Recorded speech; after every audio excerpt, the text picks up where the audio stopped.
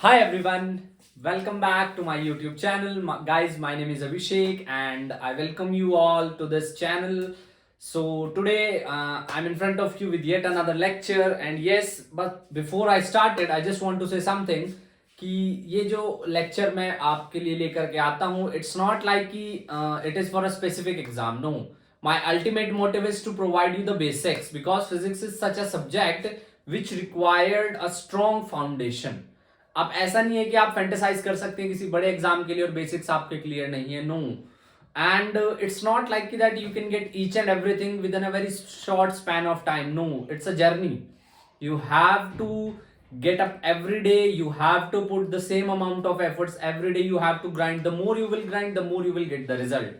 And believe me, once you start getting the result, you will not require any sort of motivation. So just keep studying, पढ़ाई करते रहिए, because it will help you to reach closer to what you become in life.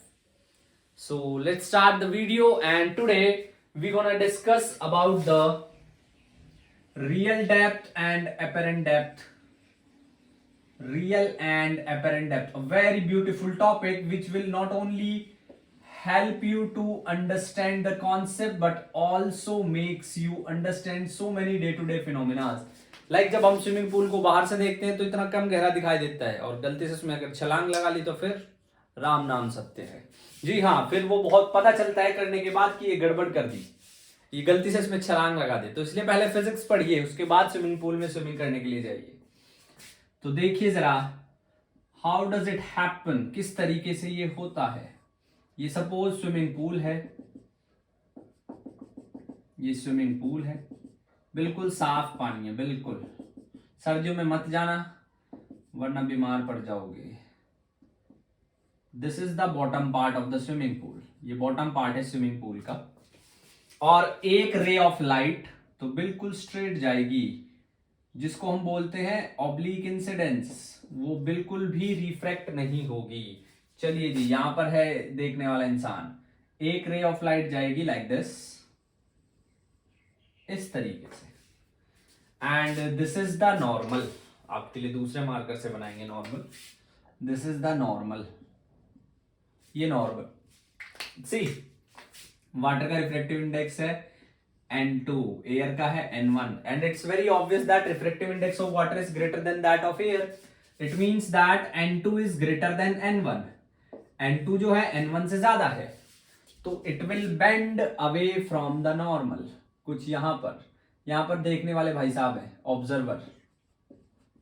Observer जो समझदार इंसान है, जो बेवकूफ इंसान है वो यहां पर है, वो डूब रहा है. अब ये उसको पहले चेक करेगा कि गहराई कितनी है, तभी बचा पाएगा. ये रहा, यहां पर उसको इसकी डेप्थ जो है यहां पर दिखाई दी इस इंसान को कूदने से पहले. तो actual depth is this D, apparent depth is this D dash. Actual depth is D, apparent is D dash. So it is N2 upon N1 divided by D by D dash. N2 upon N1 divided by D by D dash. थोड़ा ध्यान रखिए, N2 is refractive index, although both are refractive index, but N2 is refractive index of the medium from which light ray is coming. Refractive index of medium from which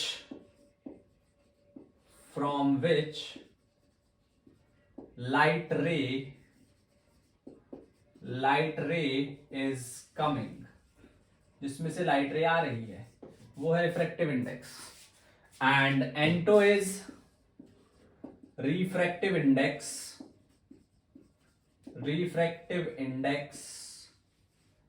of the medium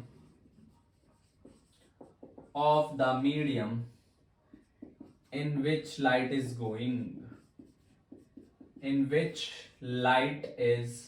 going, जिसमें light जा रही है. N2 मतलब जिसमें से light आ रही है, N1 जिसमें लाइट जा रही है, N2 जिसमें लाइट आ रही है, N1 जिसमें लाइट जा रही है. तो this is N2 upon N1 D by D dash. Let's prove it. इसको प्रूव करने की कोशिश करते हैं. देखिए, this is angle I, angle of incidence. This is R, ये R है तो ये भी R है, बाय corresponding angles. ये आई है तो ये भी आई है, alternate angle. इसको हम कुछ नाम दे देते हैं, चलो सपोज लेट्स से x. अब थोड़ा इनका नामकरण कर दीजिए, point P, point Q, point R, point S. Point P, point Q, this is N1, N2 और इसको भी कुछ नाम दे दो, ST दे दो.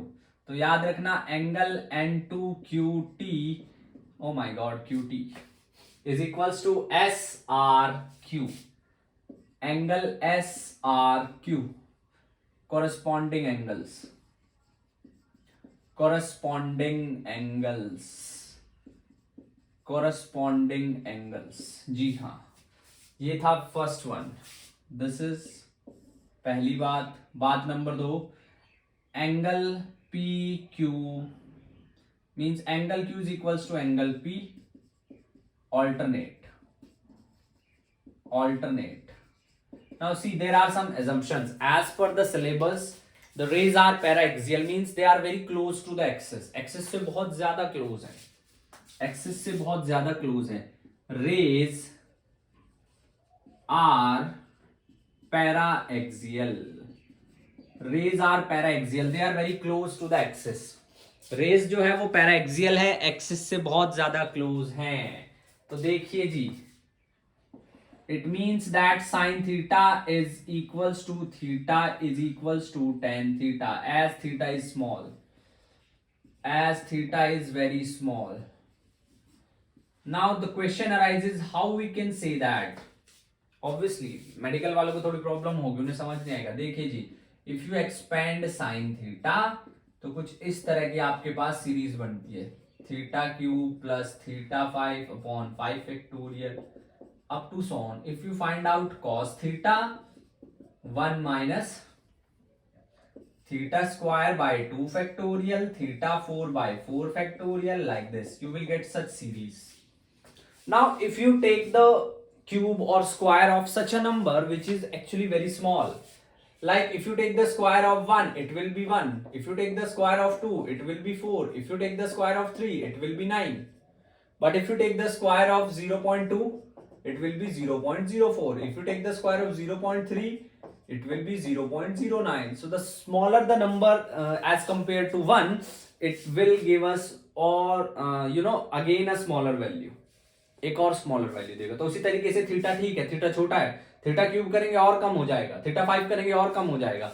तो अप्रोक्सीमेशन के केस में we only consider the first value, rest को हम नेग्लेक्ट कर देते हैं. साइन थीटा थीटा इन दोनों को डिवाइड करो तो tan थीटा क्या आ जाएगा, थीटा बाय 1.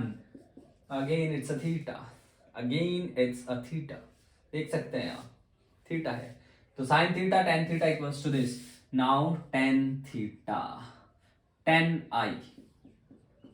विच ट्राइंगल, किस ट्राइंगल की बात कर रहा हूं, SPQ. Triangle SPQ. What is tan I? tan I की वैल्यू क्या है, perpendicular upon base. This is base. Base वो होता है जिसपे दोनों एंगल बनते हैं 90 डिग्री भी, और जिसके कॉरस्पॉन्डिंग हम लोग वैल्यूज निकाल रहे हैं. तो परपेंडिकुलर यानी कि x अपॉन बेस यानी कि d, tan R.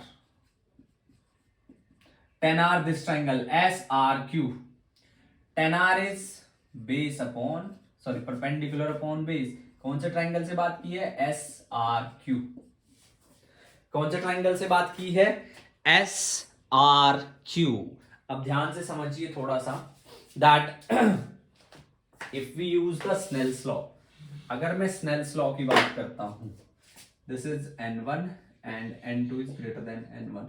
From Snell's law, from Snell's law, Snell's law की बात करते हैं. देखिए जरा, Snell's law is N2 upon N1 sine I upon sine R, sine I upon sine R. But sin R is very small, so tan I upon tan R, tan I upon tan R. This is next thing. तो यहां से मैं लिख सकता हूं N2 tan R is equals to N1 tan I. Value रखिए tan R और tan I की. N2 x upon D dash is equals to N1 x upon D. As simple as that.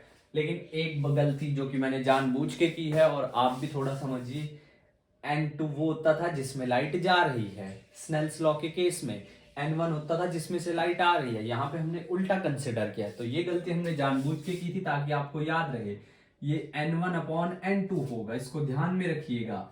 अक्सर गड़बड़ हो जाती है यहाँ पर, but do not forget N2 इस केस में जिसमें से लाइट आ रही है, N1 जिसमें जा रही है, x से x कैंसिल, तो N2 upon N1 is simply d upon d dash.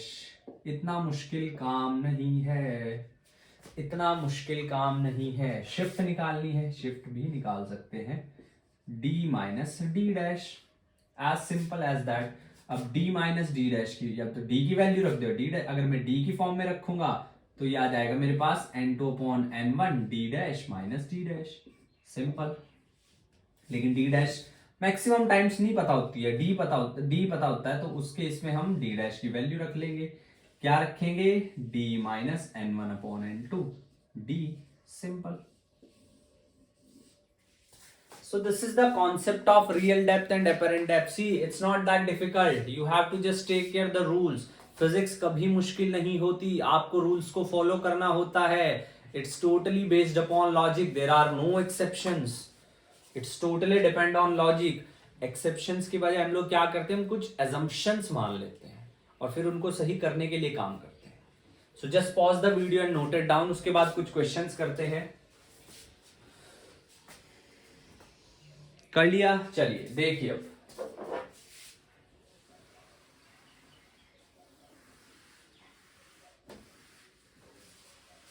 दूसरे तरीके से भी प्रूव कर सकते हैं। अगर कोई बाहर से देख रहा है तो, अगर कोई बाहर से देख रहा है तो वैसे भी हम लोग जो है उसके थ्रू भी एक्सप्लेन कर सकते हैं, बट आपको क्वेश्चन समझना है। देखिए कॉन्सेप्ट क्लियर होते हैं क्वेश्चंस करने से। The more you will do the question and with more variety. अगर एक टॉपिक पे 10 वैरायटी के क्वेश्चन है, 10 के 10 को ट्राई कीजिए, आपका कॉन्सेप्ट बिल्कुल क्लियर हो जाएगा। Suppose that there is an aquarium, let's say एक एक्वेरियम है जिसमें एक फिश है, एक फिश है यहाँ पर, कुछ भी डिस्टेंस ले लो, लेट्स से 15 सेंटीमीटर, 15 सेंटीमीटर पे एक फिश है, and there is a bird is watching that at a distance of 20 centimeter. Let's say refractive index of this is 1.5 and of course air का तो 1 ही है. So we need to find out depth of, this is fish, depth of fish according to bird, depth of fish according to bird, bird के हिसाब से fish की depth क्या है, and second is height of bird according to fish, ये हमने check करना है। we need to find out this. तो चलिए जी लेट्स स्टार्ट विद। सबसे पहले फर्स्ट करते हैं, यहाँ से लाइट रे कहाँ से जाएगी, ऐसे जाएगी, एक ऐसे चली जाएगी, ऐसे चली जाएगी, it doesn't create any difference, एक ऐसे जाएगी, ऐसे और ऐसे लगेगा। ये रे डायग्राम मैंने बना दिया but it doesn't required that much. आपके पास डायरेक्ट फॉर्मूला है N2 upon N1 D upon D dash.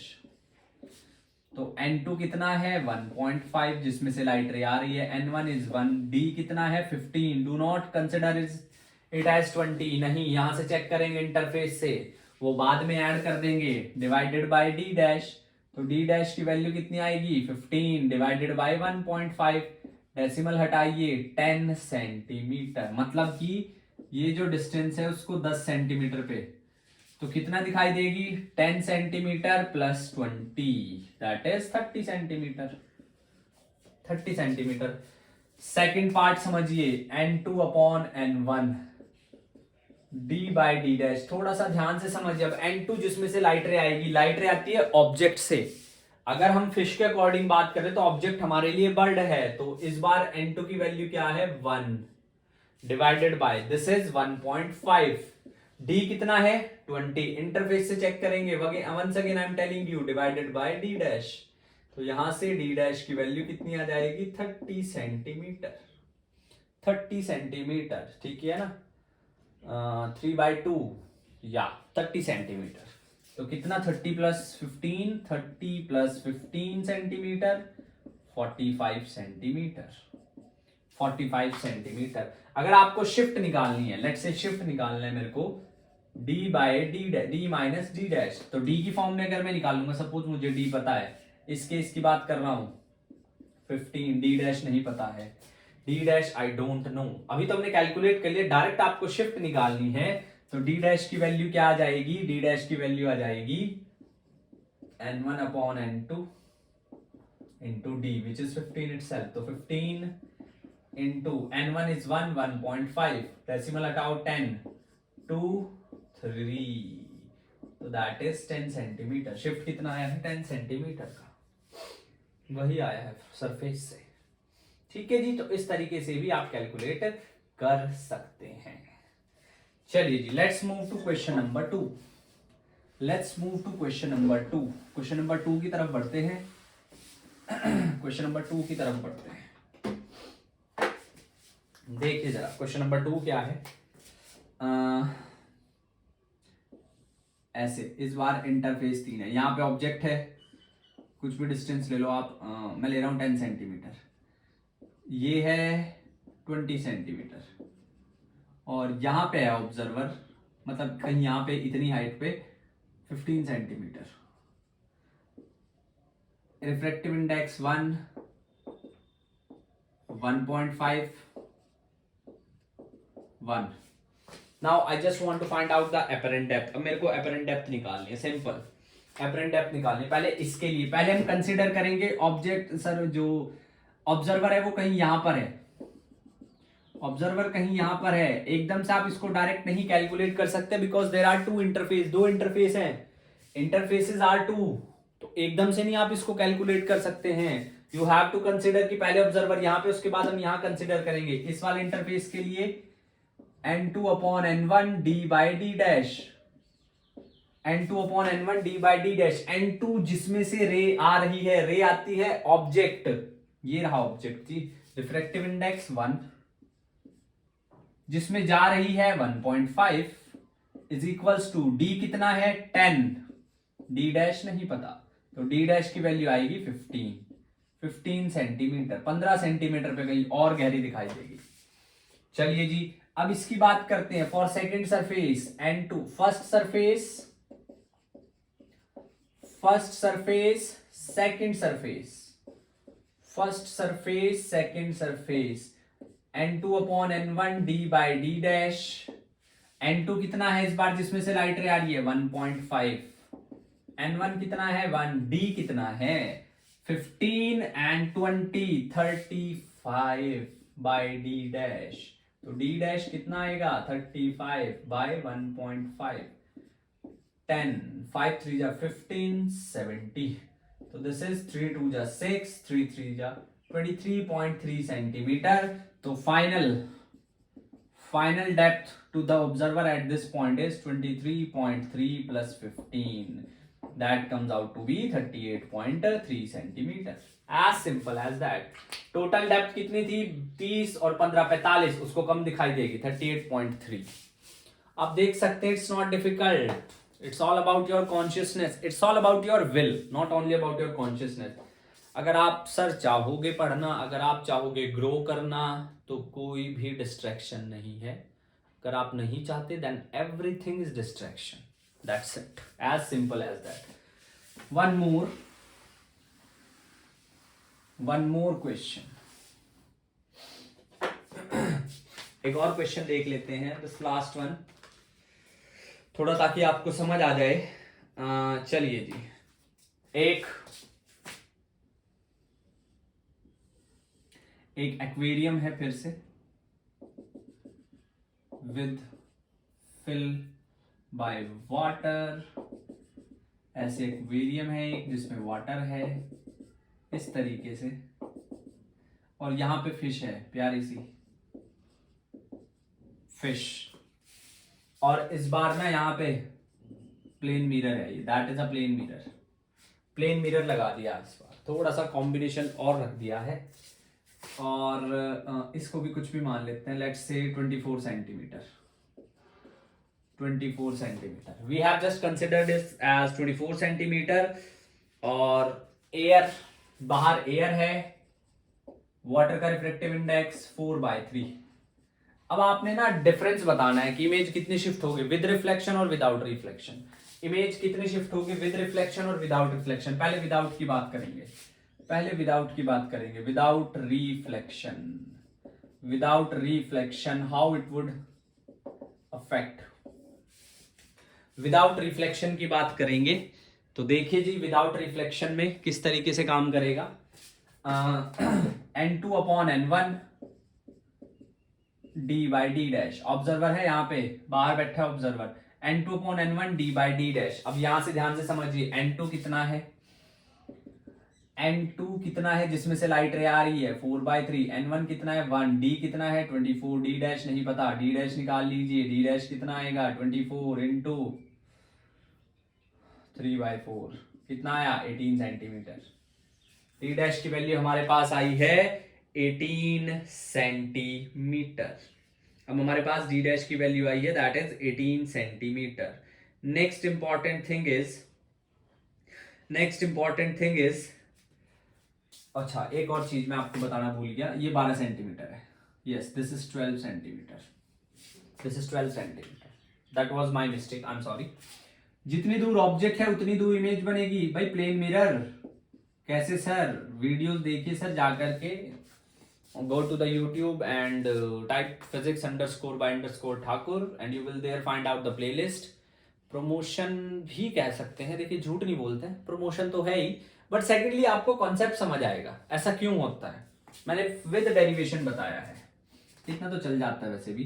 12 centimetre पे ही इमेज बनेगी। तो this time the total with reflection, अब बात कर रहा हूं मैं with reflection, with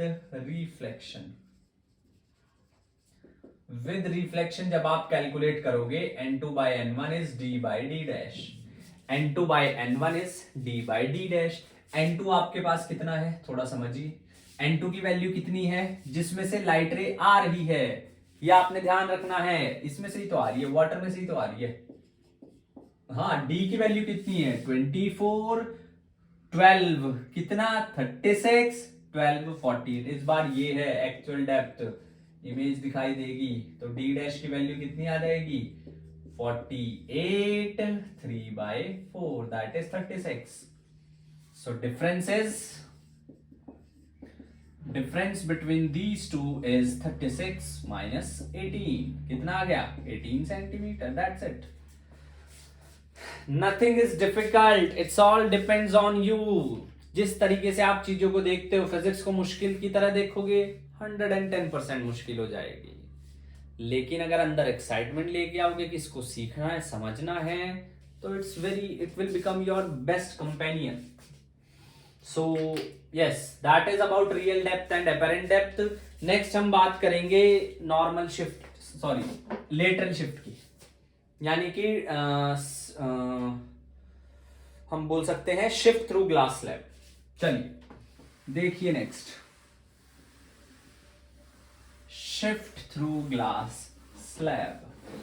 glass slab से किस तरीके से शिफ्ट होगी वो हमने देखना है। Topic is shift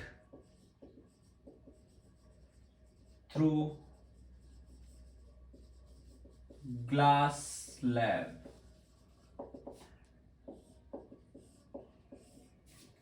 shift through glass slab, glass slab की तरह शिफ्ट थ्रू ग्लास स्लैब। एक ग्लास स्लैब ले लिए सर जिसकी कुछ थिकनेस है, एक ग्लास स्लैब ले लिए जिसकी कुछ थिकनेस है T, ये एक्सिस है जिसपे ऑब्जेक्ट रखा हुआ है। हमने ग्लास स्लैब ले लिया जिसकी कुछ थिकनेस है T, O डिस्टेंस पे ग्लास स्लैब से रखा हुआ है ऑब्जेक्ट O, X डिस्टेंस पे, सॉरी, ऐसे जाएगी लाइट रे। Now this is air, that is glass slab, and it is very much clear that the refractive index of air is the minimum out of all। हमने क्या बताया था videos में पहले भी बता चुके हैं, फिर भी एक बार फिर से बता देते हैं। Refractive index speed of light in air to speed of light in medium. अगर मीडियम भी एयर हुआ तो C upon C is 1, so it's always 1 which is the minimum out of all. Rare to denser जा रही है, bend toward the normal, normal की तरफ bend होगी, नॉर्मल की तरफ झुकेगी, ये कुछ ऐसे आएगी। This is the first image, this is the first image and this will behave like a virtual object, this will behave like a virtual object, एक virtual object की तरह ये behave करेगा। yes, this will behave like a virtual object, एक virtual object की तरह it will behave। next thing is now it is going from, this is glass slab, denser to rarer। इस वाले interface पे light is travelling from rarer to denser, इस वाले interface में light is travelling from denser to rarer, denser to rarer. Yes, so देखिए अब light bend करेगी away from the normal, like this, light will bend away from the normal. This is the final image I, this is the final image I. थोड़ा सा अच्छे से बना देते हैं भाई, ड्राइंग में पहले भी आपसे क्षमा मांग चुके हैं, ड्राइंग थोड़ी सी अपनी परेशान है। Bend away from the normal, या this is I, this is I. पहले इस पे कैलकुलेट करते हैं रियल डेप्थ और अपरेंट डेप्थ। देखिए जरा, d by d dash is n2 upon n1। अब यहां पर n2 जिसमें से लाइट रे आ रही है वो 1 है, d कितना है, d यानी कि डेप्थ जहां पे ऑब्जेक्ट रखा है x अपॉन d डैश निकालना है, n2 1 n1 n, तो d dash is equals to nx, this is nx, जो ये आया है nx, this is nx। Next important thing is for second interface, this is for first, for first interface, for first interface, second one is for second interface, for second interface, for second interface, second interface is d upon d dash. अब depth कितनी है, t इससे, इस वाले second इससे, t plus nx, t plus nx, I am sorry, this is n2 upon n1 upon d dash. n2 is जिसमें से light रे आ रही है, n1 1, तो यहां से d डैश की वैल्यू कितनी आ जाएगी, t plus nx upon n, t plus nx upon n। This is, now we are interesting in shift, हम शिफ्ट में इंटरेस्टेड है, हमें शिफ्ट निकालनी है, इमेज में जो है कितनी शिफ्ट हुई है, दैट्स इट। इमेज में कितनी शिफ्ट हुई है, यहां से ऑब्जर्वर इधर है तो this minus this, simple. Shift will B, कुछ नाम भी अगर आप दे सकते हो, ओ आई, इसको कुछ भी नाम दे दो, एफ दे दिया मैंने, F O minus F I, F O minus F I. F O कितना है, एफ ओ कितना है, T plus X, T plus X minus F I कितना है, ये तो आपके पास D dash, T plus N X upon N, T plus N X upon N.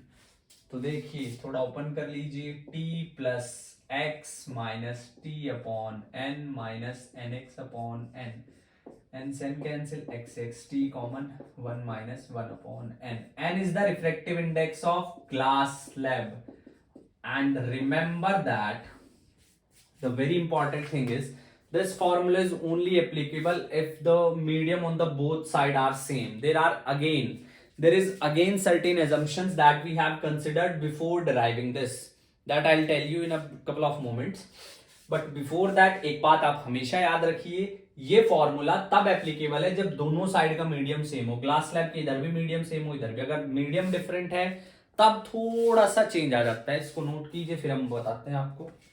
इसको चेंज कीजिए, फिर हम आप बताते हैं आपको। चलिए देखिए, इसको नोट किया, देखो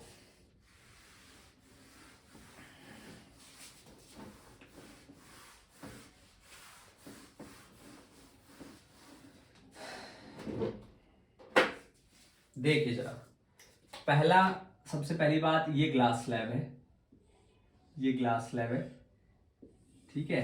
ये ऑब्जेक्ट रखा है, यहां से गई लाइट रे, ये है नॉर्मल, तो it will bend toward the normal, ऐसे कोई यहां पर आ जाएगा। ये this is the virtual image I dash, this is object. अगर मैं इसको x बोल रहा हूं and then this will be n x obviously. इसकी अगर जो विड्थ है वो t है, तो अब यहां से it will bend away from the normal, तो कहीं यहां पर आपको फाइनल इमेज मिलेगी, कहीं यहां पर आपको फाइनल इमेज बनेगी। अब यहां पर जो आपके पास फाइनल इमेज आएगी, सॉरी शिफ्ट आएगी, फाइनल इमेज की बात नहीं करूंगा, शिफ्ट आएगी t into 1 minus 1/n slab. ये फॉर्मूला कब है? Point number 1, rays are paraxial, rays are paraxial. Formula number 2, medium on both sides, medium on both sides of the slab will be same, will be same, will be same. If medium is different, if medium is different, if medium is different, तो क्या होगा? तो formula में थोड़ा सा change आ जाएगा, shift t 1 minus n surrounding upon n slab, तब formula ये बन जाएगा। अगर मीडियम अगर सराउंडिंग में चेंज हुआ। कुछ क्वेश्चंस देखिए, क्वेश्चन नंबर 1, एक स्लैब है,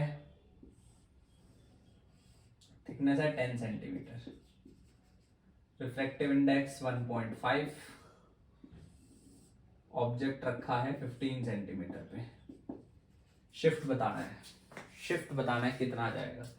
तो शिफ्ट कितना आएगा?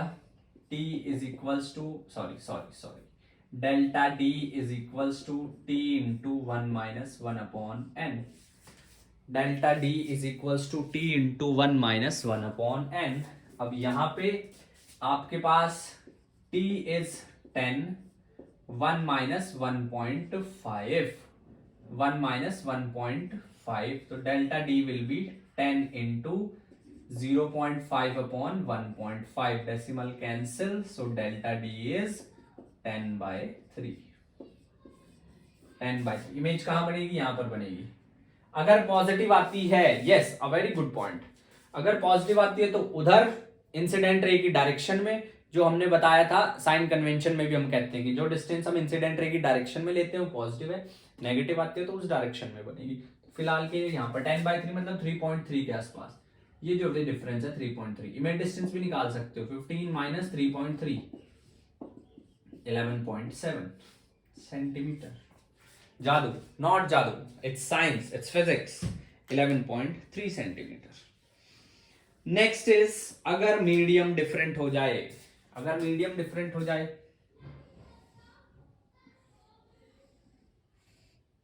21 सेंटीमीटर स्लैब की विड्थ है, ऑब्जेक्ट कितने पे भी रख दो, मैं 15 पे ही रखा हूं।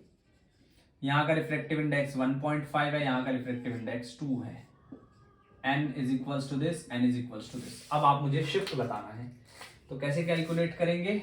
t इज इक्वल्स टू, ध्यान से समझिए, t is equals delta d is equals to t into 1 minus 1/n, delta d is equals to t into 1 minus 1/n।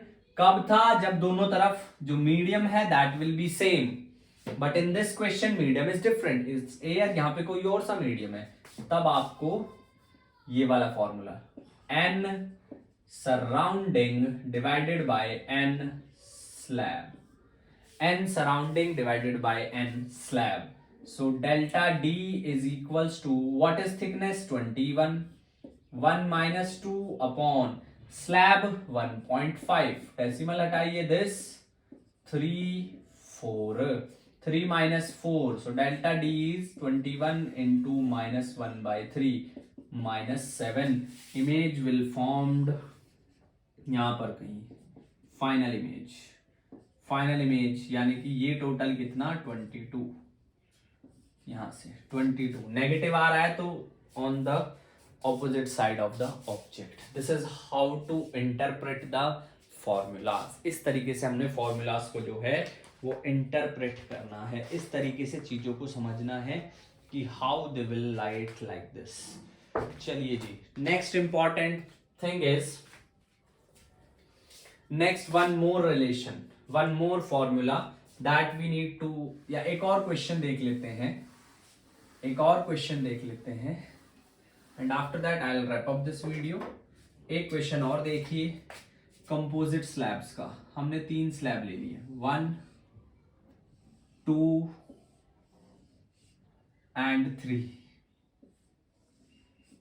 3 slab हैं, 15 सेंटीमीटर,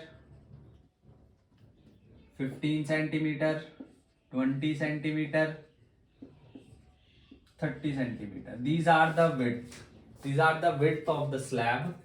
ऑब्जेक्ट रखा है 10 सेंटीमीटर पे. Object is 10 centimetre. Reflective index 1.5 2 3.